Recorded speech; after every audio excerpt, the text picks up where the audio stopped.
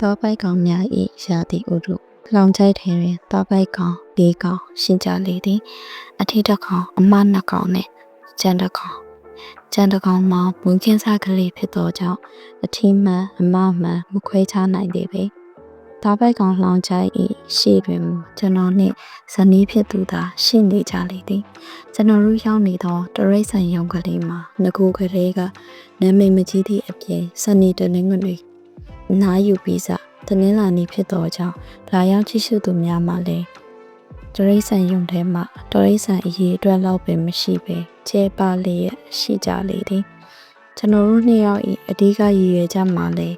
မွေးကင်းစားသားပိုက်ကောင်ကလေးကိုကြည်ရန်သာဖြစ်ပြီးအခြားထွေထွေထူးထူးကြည့်လို့သောအကောင်မှလည်းတကောင်မှမရှိပေကျွန်တော်တို့သည်လွန်ခဲ့သောတစ်လခန့်က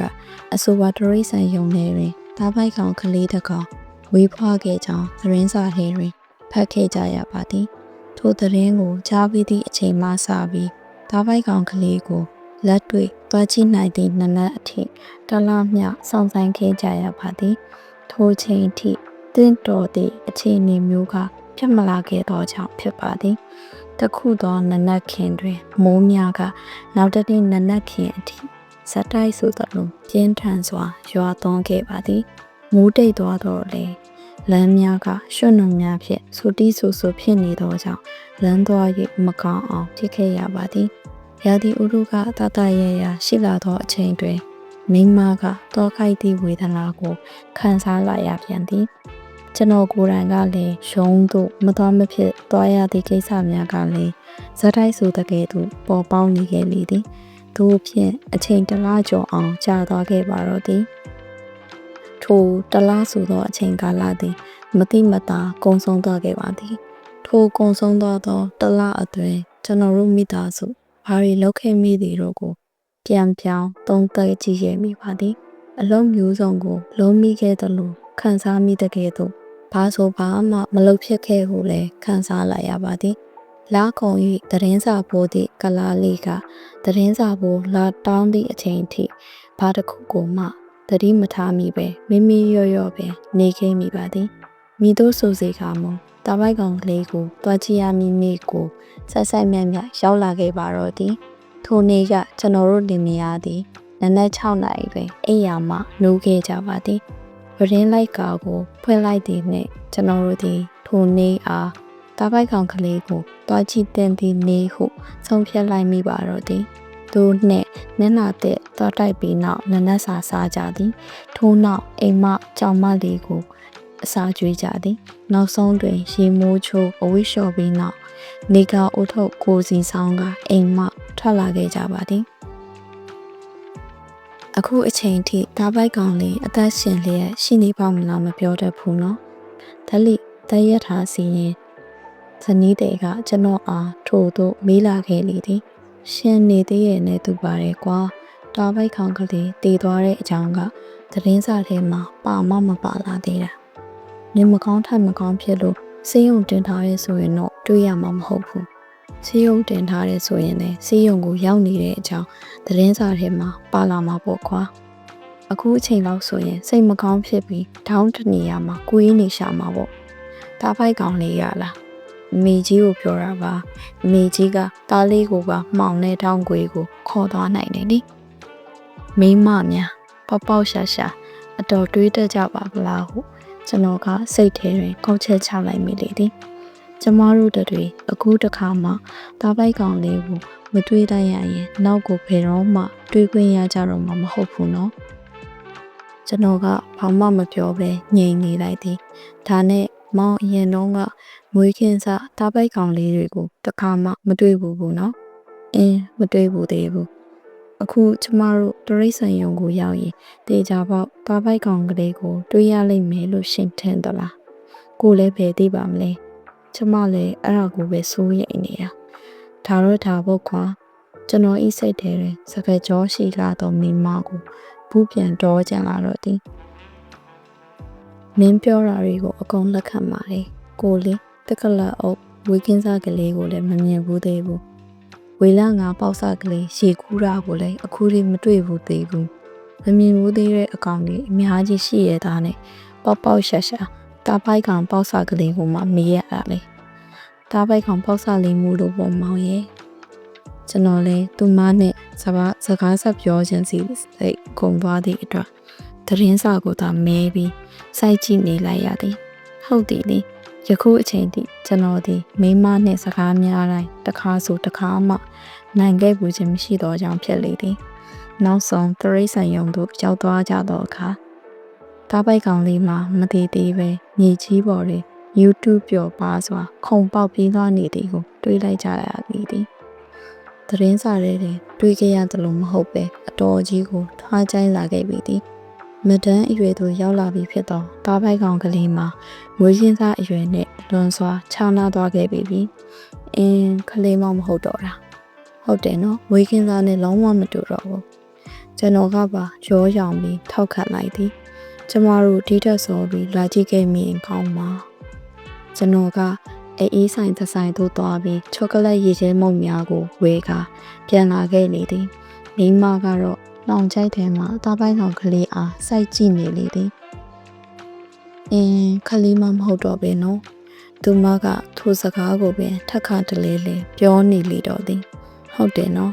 ကျွန်တော်ကထောက်ခံပြောဆိုရင်ရေခဲမှုတစ်ချောင်းကိုသူမ၏လက်ထဲသို့ကန်လိုက်သည်ခလေးဆိုရင်သူ့အမေရဲ့ဘိုက်ကအရေးပြားအိတ်ထဲမှာဝင်နေရမှာပေါ့ခလေးမဟုတ်တော့လို့အခုလိုအပြင်ကိုထွက်နေတာနေမှာပေါ့ကွာကျွန်တော်ကရေခဲမှုကိုစားရင်ပြောလိုက်သည်ထို့နောက်ကျွန်တော်တို့ဒီတားပိုက်ကောင်အမေကြီးကိုလိုက်ရှာကြည့်ကြသည်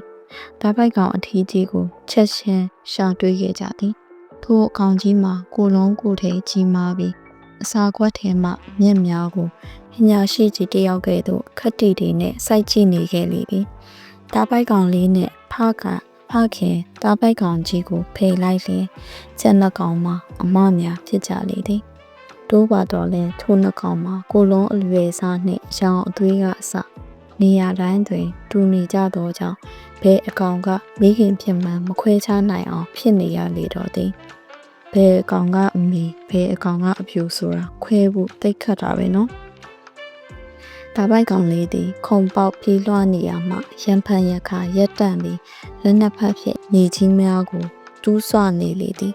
သူကပြင်းရင်ချင်းဆိုသည်ကိုလည်းနားလည်ဟန်မတူပေတွင်းများတူးနေရမှဖခင်ကြီးဘက်သို့ပြေးသွားလိုက်မျက်ခြောက်များကိုကောက်ဝါလိုက်တားပိုက်ကောင်အမများကိုသွားစားလိုက်မျက်ခင်းပေါ်တွင်ဖြစ်လဲလိုက်နဲ့ခဏမငြိမ်ပဲဖြစ်နေသေးတော့သည်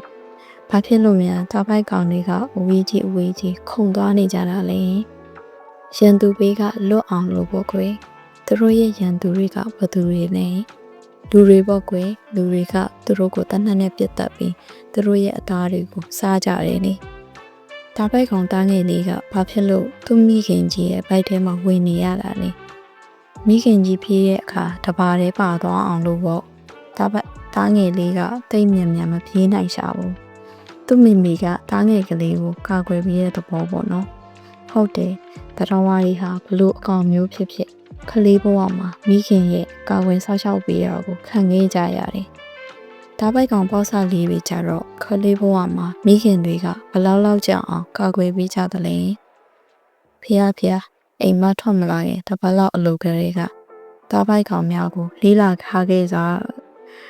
တော့ကြောင့်ပဲတော့ပါသေးတယ်။တစ်နှစ်ကနေနှစ်နှစ်အထိဒါဆိုရင်ဒီတားပိုက်ကောင်လေးကတစ်နှစ်တောင်မပြည့်သေးဘူးဆိုတော့မိခင်ရင်ခွင်မှာခိုးလုံးနေတော့မဲ့နေပါပေါ့နော်မိခင်ကြီးရဲ့ရင်ခွင်ထဲမှာနေရတာနွေးထွေးနဲ့စိန်ရှိနေမှာပဲနော်နေမလားပဲနေကလည်းထန်ထထခတ်မြင့်တက်လာခဲ့ပြီချင်းနေတော့ကောင်းကင်ကြီးတွင်ຫນွေဦးဤတိမ်မြင့်တန်းကလေးတစ်ခုကသာဖြည်းဖြည်းချင်းလွင်မျောလျက်ရှိလေသည်ရေကူးကန်ဘက်မှចောင်းသားကလေးများ YouTube ပျော်ပြားစွာစော့ကစားနေကြသည့်အသံများကိုကြားလိုက်ရသည်ဘိုက်ဟာလာပြီးဘာစားကြလဲဟော့တော့ပြီးတော့ကိုကာကိုလာခေတ်ဆန်ဆန်လှပပြင်ဆင်ထားသောမုံဆိုင်ကလေးတွင်အချိန်ပိုင်းအလုပ်ဝင်လုံးနေသောចောင်းသားကလေးကပြင်ဆင်လျက်ရှိပေသည်ကျွန်တော်တို့သည်စပွဲအလေတွင်ချထားသောကတ်ဆန်မှာပြန်လည်လာသောစတီဗီဝမ်ဒါနှင့်ချိုလီတို့၏တခြင်းများကိုအေးဆေးထိုင်ပြီးနားထောင်ရင်းစားတောက်နေခဲ့ကြလေသည်တားပိုက်ကောင်လောင်အေးရှေ့သို့ပြန်ရောက်သောအခါ မိမကတားပိုက်ကောင်တစ်ကောင်အားလက်ညှိုးထိုးပြရင်ပြောလာသည်ဟိုမှတွေ့လားတားပိုက်ကောင်ပေါက်စားလေးသူ့မိခင်ကြီးရဲ့ဘိုက်ထဲကိုဝင်သွားပြီအမှန်တကယ်ပင်တားပိုက်ကောင်ကလေးကမိခင်ကြီး၏ဘိုက်ထဲသို့ခုန်ဝင်သွားခဲ့လေသည်တားပိုက်ကောင်လေး၏အရွယ်နှစ်ဖက်နှင့်အမိတို့လောက်သာအပြင်သို့ထွက်နေခဲ့လေသည်တိတ်လေးမှာပဲနော်တားပိုက်ကောင်လေးကတိတ်အားကောင်းကြတယ်နိတကယ်လားဟင်တကယ်ပေါ့ဒါကြောင့်လေသူတို့တွေဟာအခုအထိအသက်ရှင်နေကြတာပေါ့မိခင်တားပိုက်ကောင်ချင်းမှာပူပြင်းလှသောနေအောင်အောက်တွင်ချွေးတစ်ပေါင်းမြမကြပဲခုံပေါက်ပြေးလွှားလျက်ရှိလေသည်ကျွန်တော်တို့သည်အော်ရမိုင်ဗမ်းမကြီးပေါ်ရှိကုံတိုက်တွင်ဈေးဝယ်ပြီးနောက်ကော်ဖီဆိုင်တစ်ဆိုင်တွင်ကော်ဖီထိုင်တောင်းနေခဲ့ကြပြန်သည်တားပိုက်ကောင်ကလေးကအခုချိန်ထိမိခင်ကြီးရဲ့ရင်ဝင်ထဲမှာနေတော့ဆိုတော့နှုတ်ဆုပ်အရွယ်ကလေးပဲရှိအောင်မှာပေါ့နော်ဒါပေါ့အခုလောက်ဆိုတားပိုက်ကောင်လေးအိပ်ပျော်နေပြီလားမပြောတတ်ဘူးနော်ထင်တာပဲကျွန်တော်တို့ဒီတရိတ်ဆန်ယုံမှာပြန်ထွက်လာကြသည့်အခါတားပိုက်ကောင်အထီးကြီးမှာအစာခွက်ထဲမှာမျက်များကိုငေးကြည့်နေခဲ့လေသည်မိခင်ကြီးမှာတားငယ်ကိုလွေထားရသောကြောင့်လေးလံလာသဖြင့်အနားယူခဲ့နေလေသည်တားပိုက်ကောင်အပြူမကမူသူ့အမိကိုအားကိုးပြီးခုံဆွာလောက်ကပြေးလွှားလျက်ရှိနေလေသည်ယနေ့တော့ထူးထူးခြားခြားပူအိုင်းမိပုံပေါ်သည်ဘီယာအေးအေးကလေးတစ်ခွက်လောက်ဝင်တောက်ကြဆိုလာမှကောင်းတာပဲ